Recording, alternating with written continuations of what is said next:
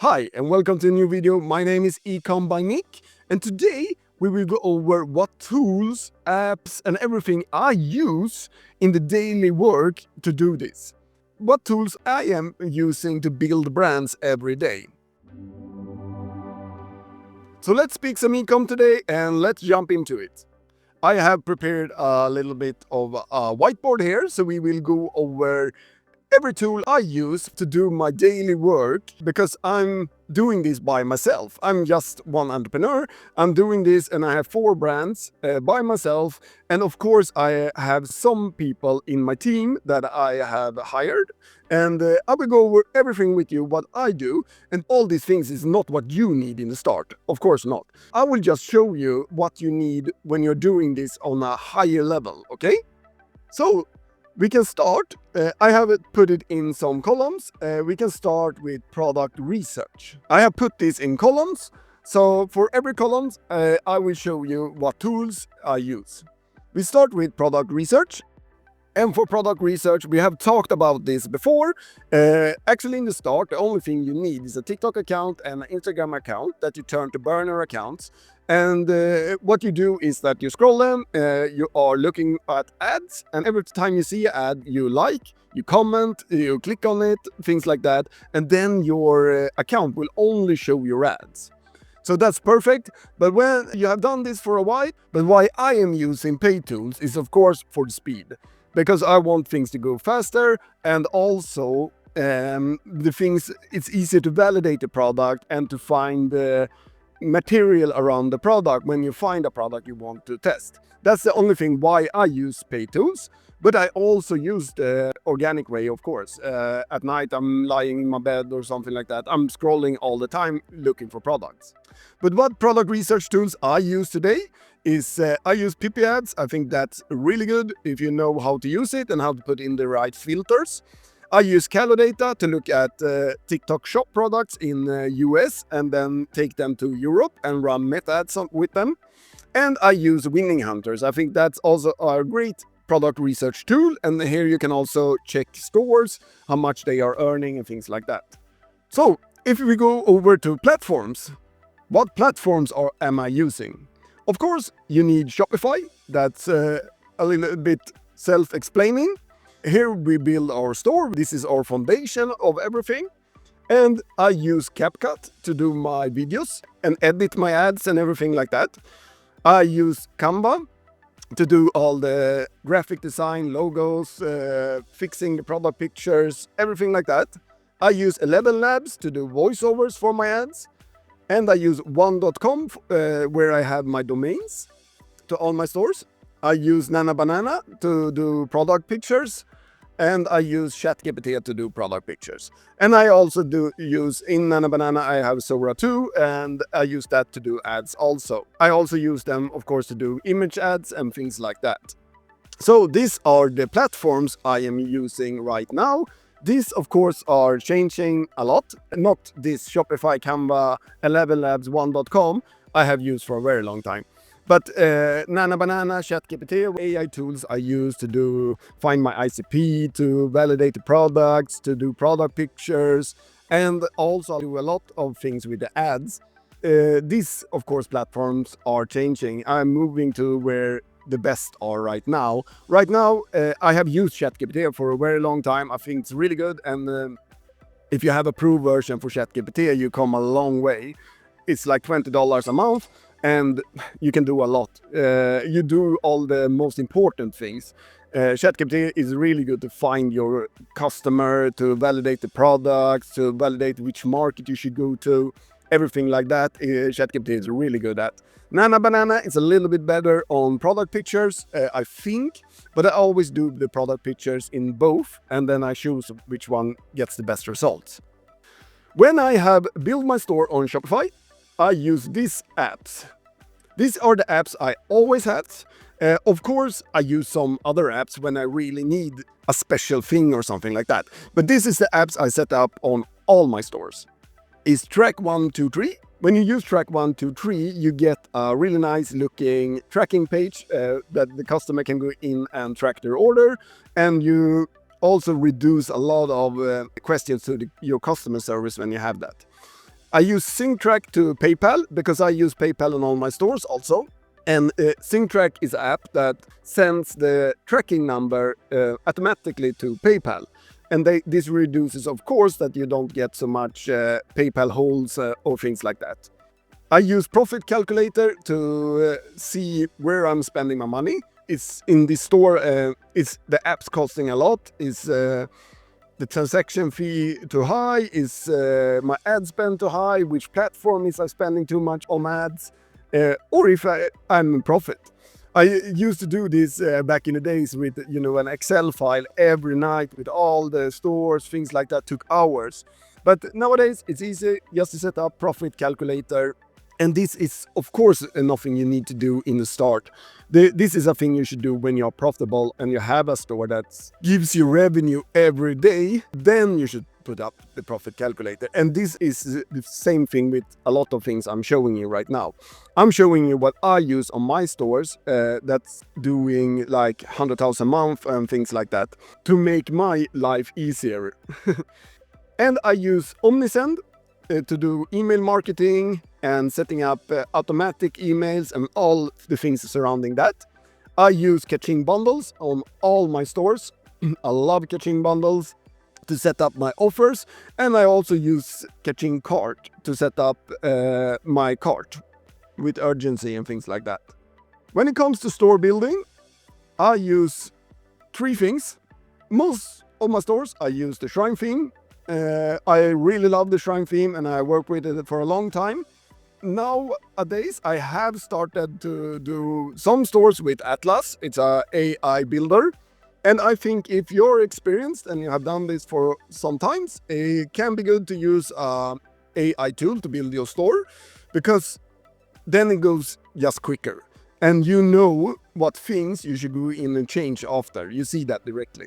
If you are a beginner, I think you should do your first store with a free theme or something like that because you need to build your first store because I don't want you to skip that step. Build your first store so you know all the backgrounds, everything, and then when you move forward, you can do AI tools to build your store, if it makes any sense. I also use an app called Section Store when I'm building my stores for a little bit special things I want on my stores, like urgency and things like that. Section Store is an app you can download and then you can buy sections like for $9 or something. It's a one-time fee and you buy them.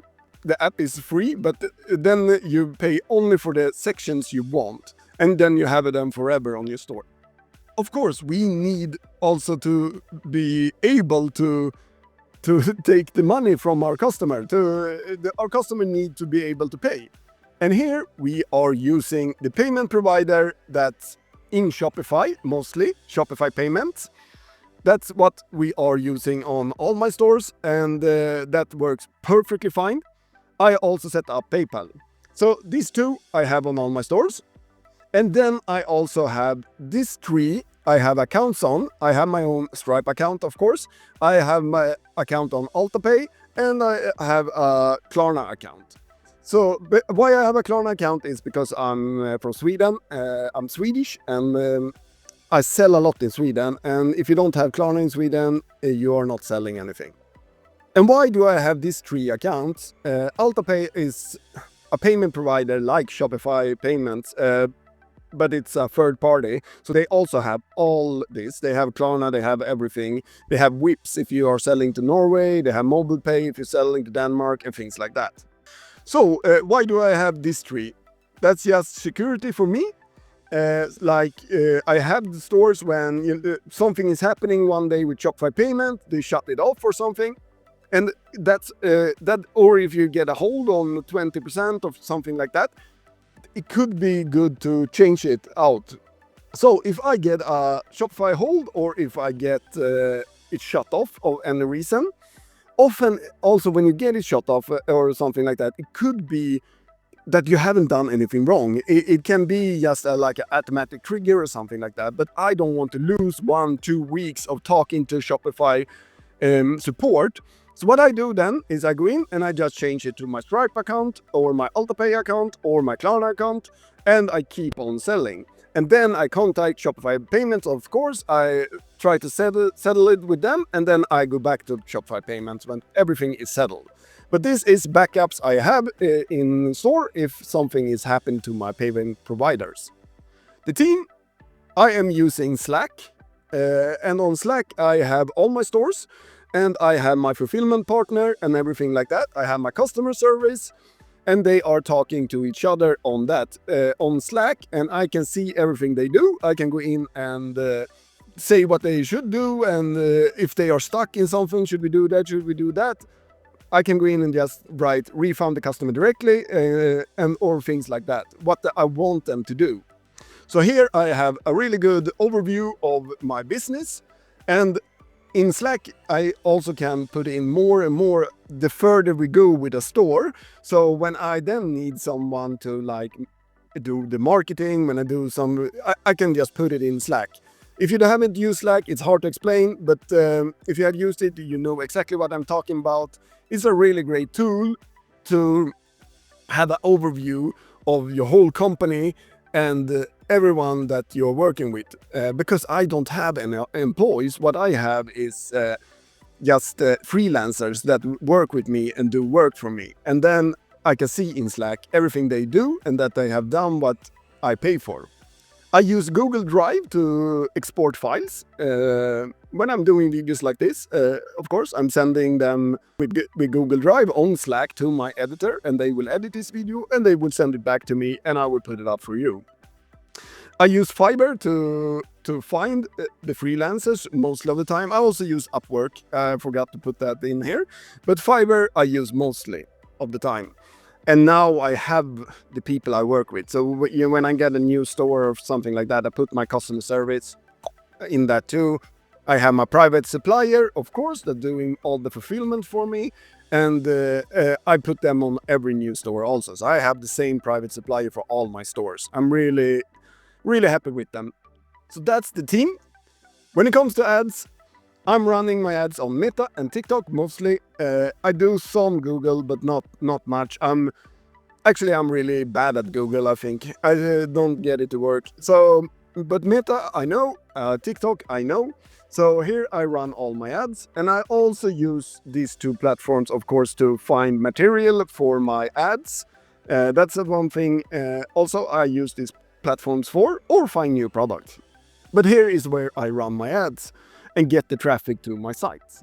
And some extra, I have a credit card also. A credit card is very good when you are scaling or general when you're running ads, because it can go very quickly and you need some extra cash. And the cash flow is really important in dropshipping. And also you get points. So it's really good in that way. Also, you get points back, and you can do something fun in the future for your points, go on a trip or something like that. You get a lot of points when you're spending money on ads with your credit card. So this is my structure today when I'm running my stores. This is the big structure I have and all the things I'm working with today. Product research, platforms, apps, store building, payment provider, teams, ads, and some extra. And all the things here, you see here, that I have some kind of special deal on or something like that, I will leave in the description for you. Of course, it's affiliate links, but if I can give you a better deal and you can support the channel, it's a win-win situation. So I will leave them below. And Shopify has a crazy deal. I will leave that in the top. Right now you get 3 months for only $1 a month. And I don't know how long they will have this deal, so take advantage of it right now. It's really important to have a good back end when you are doing dropshipping and when you are starting to scale. This is nothing you need to think about in the start, but it's good to have it in that you have heard someone talk about it. And that's why I wanted to do this video, because these things are really important to have in the back end when you start scaling. So take a screenshot or something of this and you can use it in the future, hopefully, or if you're scaling right now, you can start implement it. And if you have any questions or something like that, you can just reach out to me or leave a comment, leave a like, subscribe. You're really helping out the channel and I will answer to all of you. And if you want to learn a little bit more about this or get a more guidance through this or get guidance from me, you can go to ecombyNik.com. I have released a Total Ecom Blueprint where it's a course that guides you through all of this. And right now we have a crazy like Black Friday November deal where you get lifetime access to the course and everything like that. So go and check it out, and I will see you in the next video.